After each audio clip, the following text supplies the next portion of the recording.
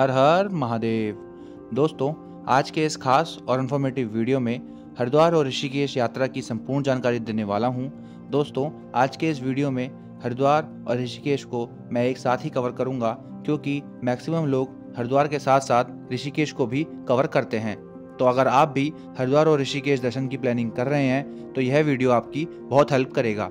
इस वीडियो में आप जानेंगे आप यहाँ तक कैसे पहुँचेंगे, यहाँ पर रुकने के लिए होटल व धर्मशाला कहाँ पर लेना चाहिए, दर्शन और घूमने का सही तरीका क्या रहता है, आप यहाँ पर कहाँ कहाँ घूम सकते हैं। इस पूरी यात्रा को कवर करने के लिए आपको कितने दिन का प्लान करना चाहिए, और वीडियो के लास्ट में आपको बताऊंगा बजट। तो A to Z complete information के लिए वीडियो को पूरा जरूर देखें। तो चलिए जानते हैं आपको सबसे पहले कहाँ आना चाहिए। दोस्तों, मैं आपको एडवाइस करूंगा आप अपनी यात्रा को हरिद्वार से शुरू करें।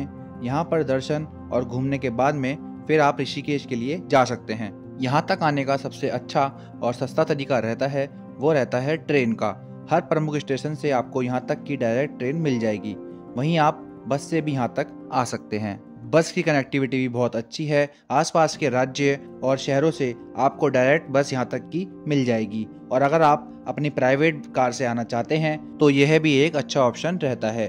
हर की पौड़ी के पास में ही मेला मैदान के पास आपको पार्किंग फैसिलिटी मिल जाएगी। वहीं बात कर ले फ्लाइट की, अगर आप लोग फ्लाइट से आना चाहते हैं तो यहाँ का नियरेस्ट एयरपोर्ट देहरादून में है, जो यहाँ से लगभग 38 किलोमीटर की दूरी पर स्थित है। यहाँ तक आने के बाद आप बस या टैक्सी के माध्यम से हरिद्वार तक आ सकते हैं। तो चलिए, ट्रेन का प्यारा सा सफर तय करने के बाद हम लोग पहुँच चुके हैं हरिद्वार, और अब हम लोग जानते हैं कि आपको रुकने के लिए होटल या धर्मशाला कहाँ पर लेना चाहिए। दोस्तों, तो पूरे हरिद्वार में बहुत से होटल और धर्मशाला बने हुए हैं, लेकिन मैं आपको एडवाइस करूंगा कि आप रेलवे स्टेशन के सामने हर की पौड़ी रोड पर होटल या धर्मशाला ले सकते हैं। धर्मशाला की रेट की बात कर लें तो इसमें धर्मशाला आपको 500 रुपये से स्टार्ट हो जाते हैं। वहीं होटल्स की रेट की बात करें तो 700 से लेकर 1500 के बजट में आपको बहुत अच्छे अच्छे होटल देखने को मिल जाएंगे। अब हम लोग बात करेंगे आप हरिद्वार में कहाँ कहाँ दर्शन कर सकते हैं और यहाँ पर कहाँ कहाँ घूम सकते हैं। दोस्तों, सबसे पहले हम लोग चलेंगे माँ गंगा के पावन जल में स्नान करने हर की पौड़ी पर, जो स्टेशन से 2 किलोमीटर की दूरी पर स्थित है। यहाँ पर ब्रह्मकुंड या घंटाघर पर स्नान कर सकते हैं। यहाँ पर स्नान करने के लिए अलग ही विशेष महत्व बताया गया है। देश ही नहीं, विदेशों से भी यहाँ पर बहुत से भक्त स्नान करने के लिए आते हैं। शाम को यहाँ पर 6 बजे दिव्य और भव्य आरती का आयोजन होता है, और इसमें शामिल होने के लिए बड़ी संख्या में लोग आते हैं। शाम को 4 बजे से ही आरती को आगे से देखने के लिए बड़ी संख्या में भीड़ आने लगती है। तो आप यहाँ पर आकर आरती में जरूर शामिल होइए। यहाँ पर दर्शन करने के बाद अब हम लोग चलेंगे माँ मनसा देवी के दर्शन करने के लिए। माता रानी का यह प्यारा सा मंदिर ऊपर पहाड़ी पर स्थित है। यहाँ तक पहुँचने के लिए हर की पैड़ी से 200 मीटर आगे चलेंगे तो यहाँ पर पैदल मार्ग बना हुआ है। अगर आप सीढ़ियाँ चढ़ सकते हैं तो सीढ़ियाँ से चले जाइए, वरना थोड़ा सा आगे जाके आपको रोपवे की सुविधा भी मिल जाती है। रोपवे का आपको अगर मनसा देवी जी के लिए टिकट लेना है तो 129 का पड़ता है। वहीं आप मनसा देवी और चंडी देवी दोनों जगह के लिए टिकट लेते हैं तो आपको 349 का टिकट लेना रहता है। बहुत ही प्यारा सफर पूरा करके आप मंदिर के पास में पहुंच जाएंगे। यहाँ पर माता रानी के प्यारे से दर्शन कर माता रानी का आशीर्वाद प्राप्त कर सकते हैं। यहाँ पर दर्शन करने के बाद आप चंडी देवी माता के दर्शन भी जरूर करें। इस अलौकिक स्थान पर दर्शन करने से आपकी बहुत सी मनोकामनाएं पूरी होती हैं। दोस्तों, मनसा देवी और चंडी देवी में दर्शन करने में लगभग 4 से 5 घंटे का समय लगता है। तो चलिए, अब हम लोग उन प्लेसेस की बात करते हैं जो यहाँ से कुछ ही दूरी पर स्थित हैं। इन प्लेसेस के लिए आप ऑटो या ई रिक्शा का यूज़ कर सकते हैं। ऑटो और ई रिक्शा वाले आपसे 300 से 400 रुपये चार्ज करते हैं। 4 से 5 घंटे में सभी प्लेसेस घुमाने के बाद आप जहाँ कहेंगे वहाँ पर आपको ड्रॉप कर देते हैं। तो रिक्शा से उतरने के बाद सबसे पहले हम लोग चलेंगे पावन धाम शीश महल। यहाँ पर कांच के छोटे छोटे टुकड़ों से पूरे मंदिर को बहुत ही खूबसूरती से बनाया और सजाया गया है। दोस्तों, ये बहुत ही अद्भुत स्थान है। यहाँ पर आप जरूर आइए। यहाँ पर दर्शन करके आपको बहुत ही ज्यादा अच्छा लगेगा। यहाँ पर दर्शन करने के बाद अब हम लोग चलेंगे शांति कुंज। दोस्तों, यह आश्रम बहुत ही विशाल और भव्य बना हुआ है। यह प्यारा सा आश्रम गायत्री माता को समर्पित है। यहाँ पर आप निःशुल्क में लंगर में शामिल हो सकते हैं। साथ ही साथ अगर आप यहाँ पर रुकना चाहते हैं तो आप फ्री ऑफ कॉस्ट में भी यहाँ पर रुक सकते हैं। दोस्तों, यहाँ पर हिमालय भवन भी बना हुआ है, जहाँ पर हिमालय का बहुत ही प्यारा सा चित्रण किया गया है। आप यहाँ पर भी जरूर आइए। यहाँ पर आपको आके बहुत ही ज़्यादा शांति और सुकून मिलेगा। यहाँ पर घूमने के बाद में अब हम लोग चलेंगे हमारे अगले स्थान पर माँ वैष्णो देवी मंदिर। यहाँ पर गुफा के स्वरूप में माता रानी का बहुत ही प्यारा सा मंदिर बना हुआ है। साथ ही साथ और भी बहुत से देवी देवताओं का मंदिर यहाँ पर बना हुआ है। यहाँ से 100 मीटर की दूरी पर भारत माता मंदिर भी बना हुआ है। यह 7 मंजिला मंदिर हरिद्वार के प्रमुख मंदिरों में माना जाता है। यहाँ पर लिफ्ट के माध्यम से सबसे पहले आप 7वें मंजिल पर आ जाएंगे। उसके बाद आप हर तल में बारी बारी सब मंदिरों के दर्शन करते हुए नीचे तक आ जाएं। सबसे नीचे भारत माता की विशाल प्रतिमा स्थापित है, यहाँ पर भी आप दर्शन जरूर करें। यहाँ से थोड़ा सा आगे जाते ही श्री राम मंदिर भी बना हुआ है, आप यहाँ पर भी जाकर दर्शन कर सकते हैं। दोस्तों, इन मंदिरों के अलावा आप कनकल साइड वाले मंदिर को भी कवर कर सकते हैं। कनकल साइड में भी बहुत ही प्रसिद्ध और फेमस मंदिर बने हुए हैं। दोस्तों, आपको हरिद्वार में कम से कम एक नाइट स्टे जरूर करना चाहिए, जिससे आप आराम से हरिद्वार के सभी प्रमुख स्थानों को कवर कर सकें। फिर अगले दिन और भी जितने प्लेसेस बचे हैं उन सभी को कवर कर लेंगे। फिर दोपहर के बाद हम लोग चलेंगे ऋषिकेश। दोस्तों, ऋषिकेश हरिद्वार से लगभग 28 किलोमीटर की दूरी पर स्थित है। यहाँ तक जाने के लिए बहुत से तरीके हैं। आप बस, टैक्सी, ऑटो, टेम्पो या फिर ट्रेन के माध्यम से भी यहाँ तक पहुँच सकते हैं। यहाँ तक पहुँचने के लिए 30 से 40 रुपए किराया लगता है। वहीं दोस्तों, अगर आप पहले ऋषिकेश आना चाहते हैं तो आप आराम से पहले ऋषिकेश भी आ सकते हैं। ऋषिकेश में बहुत ही वेल कनेक्टेड बस स्टैंड बना हुआ है। दिल्ली, हरियाणा, पंजाब और आसपास के सभी राज्य और शहरों से ऋषिकेश तक के लिए आपको सभी प्रकार की बसेस मिल जाती हैं। वहीं अगर आप ट्रेन के माध्यम से आना चाहते हैं तो यहाँ पर एक बहुत ही प्यारा सा योग नगरी ऋषिकेश रेलवे स्टेशन बना हुआ है, तो यहाँ पर आप आराम से ट्रेन के माध्यम से भी आ सकते हैं। लेकिन दोस्तों, मैं आपको एडवाइस करूँगा कि पहले आप हरिद्वार को कवर कर लें, फिर उसके बाद में आप ऋषिकेश घूमने आ सकते हैं। तो चलिए, अब हम लोग पहुँच चुके हैं ऋषिकेश और हम लोग बात करते हैं कि आपको यहाँ पर कहाँ पर रुकना चाहिए। दोस्तों, ऐसे तो पूरे ऋषिकेश में होटल और धर्मशाला बने हुए हैं।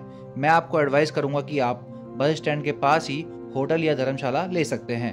वहीं अगर आप चाहें तो राम झूला या लक्ष्मण झूला के पास भी होटल या धर्मशाला ले सकते हैं। धर्मशाला की रेट की बात कर लें तो 800 से 1500 के बजट में बहुत ही अच्छा सा धर्मशाला मिल जाएगा। वहीं अगर होटल की रेट की बात करें, 1000 से 2000 के बजट में बहुत अच्छा सा होटल भी ले सकते हैं। वहीं अगर आप यहाँ पर फ्री में रुकना चाहते हैं तो आगे वीडियो में मैं आपको फ्री में रुकने का भी तरीका बताऊंगा। शाम को सबसे पहले हम लोग चलेंगे राम झूला। राम झूला ऋषिकेश का सबसे प्रमुख स्थान है। यहाँ पर प्यारा सा पुल माँ गंगा को एक किनारे से दूसरे किनारे पर जोड़ता है। जब आप बीचों बीच पहुँचेंगे तो आपको बहुत ही ज़्यादा ठंडी हवा लगेगी और ये झूला आपको हिलता हुआ भी नजर आएगा। तो अब हम लोग राम झूला पार करके आ चुके हैं दूसरे किनारे पर। अब हम लोग चलेंगे परमार्थ निकेतन। यहाँ पर गंगा नदी के बीचों बीच शिव जी का एक विशाल प्रतिमा स्थापित है, जो ऋषिकेश का एक प्रमुख आकर्षण केंद्र भी रहता है। शाम को 6 से 7 बजे के बीच में यहाँ पर भव्य आरती का आयोजन किया जाता है। आरती में शामिल होने के लिए बड़ी संख्या में भीड़ यहाँ पर उपस्थित होती है। यहाँ पर परमार्थ निकेतन आश्रम भी बना हुआ है, आप यहाँ पर भी जरूर घूमिए। यहाँ पर घूम के आपको बहुत अच्छा लगेगा। दोस्तों, अगर आप यहाँ पर भी रुकना चाहते हैं तो आप यहाँ पर फ्री ऑफ कॉस्ट रुक सकते हैं। वहीं पास में ही गीता भवन भी बना हुआ है, यह भी बहुत अच्छा सा आश्रम है। अगर आप यहाँ पर भी रुकना चाहते हैं तो यहाँ पर भी आप फ्री ऑफ कॉस्ट रुक सकते हैं। यहाँ पर घूमकर आपको बहुत ही ज़्यादा अच्छा लगेगा। इन प्लेसेस पे घूमने के बाद अब हम लोग रात में अपने होटल पर आराम करेंगे और अगली सुबह हम लोग चलेंगे ऋषिकेश के बहुत ही प्रसिद्ध महादेव जी के मंदिर नीलकंठ महादेव जी के दर्शन करने के लिए, जो ऋषिकेश से लगभग 30 किलोमीटर की दूरी पर स्थित है। राम झूला टैक्सी स्टैंड के पास में ही आपको बुलेरो गाड़ियां मिल जाती है, जिसमें आने जाने का आपसे 150 से 200 रुपये पर पर्सन का चार्ज लेते हैं। मंदिर में दर्शन कराने के बाद में आपको फिर से यहाँ पर ड्रॉप कर देते हैं। नीलकंठ महादेव जी का ये प्यारा सा मंदिर पहाड़ों के बीचों बीच स्थित है। यह मंदिर अपनी विशेष मान्यताओं के लिए बहुत ही फेमस है। यहाँ पर दर्शन करने से आपकी सभी मनोकामना पूरी होती है। दोस्तों, यह प्यारा सा मंदिर बहुत ही अद्भुत और भव्य शैली में बना हुआ है, जिसकी भव्यता को देखकर आपके दिल और मन को बहुत ही ज़्यादा शांति मिलेगी। दोस्तों, ऋषिकेश अपनी एडवेंचर एक्टिविटीज़ के लिए बहुत ही ज़्यादा फेमस है।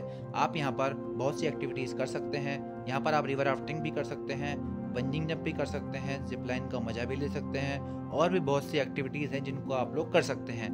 सभी एक्टिविटीज़ के अलग अलग रेट रहते हैं। तो आप अपने बजट के हिसाब से जो चाहें वो वाली एक्टिविटी कर सकते हैं। आप यहाँ पर 13 मंजिला मंदिर में भी दर्शन कर सकते हैं। यह भी ऋषिकेश का एक बहुत ही प्रसिद्ध और प्यारा सा मंदिर है जो लक्ष्मण झूला के पास में स्थित है, लेकिन इस टाइम पर लक्ष्मण झूला को कुछ समय के लिए बंद किया गया है, तो आप राम झूला के पास से होते हुए इस प्यारे से मंदिर तक पहुंच सकते हैं। वहीं आप यहाँ पर बीटल आश्रम में भी जा सकते हैं, साथ ही साथ त्रिवेणी घाट पर भी घूमने और दर्शन करने जा सकते हैं। त्रिवेणी घाट भी बहुत प्यारा सा स्थान है। यहाँ पर भी शाम को आरती का आयोजन होता है। यहाँ पर आरती में शामिल होने के लिए बड़ी संख्या में भीड़ उपस्थित होती है। तो दोस्तों, ऋषिकेश में भी आप 1 नाइट स्टे का प्लान जरूर बनाइए, जिससे आप ऋषिकेश के सभी प्रमुख स्थानों पर आराम से घूम सकें और उसको आसानी से कवर कर सकें। वहीं ऋषिकेश और हरिद्वार दोनों प्लेसेस की बात करें तो आपको कम से कम 3 डेज 2 नाइट का प्लान बनाना चाहिए। अगर आप और भी ज़्यादा घूमना चाहते हैं तो 4 डेज और 3 नाइट का प्लान भी बना सकते हैं। तो चलिए अब हम लोग बात करते हैं हरिद्वार और ऋषिकेश आने का सबसे अच्छा टाइम कौन सा रहता है।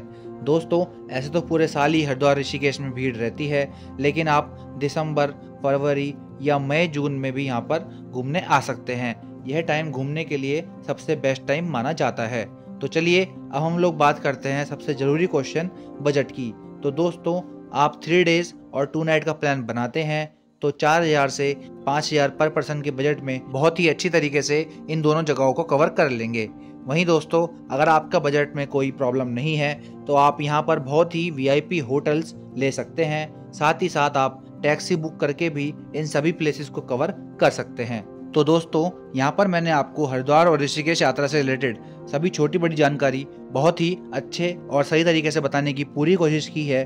अगर आपके यात्रा से रिलेटेड कोई भी क्वेश्चन रहते हैं तो आप हमें कमेंट सेक्शन के माध्यम से पूछ सकते हैं।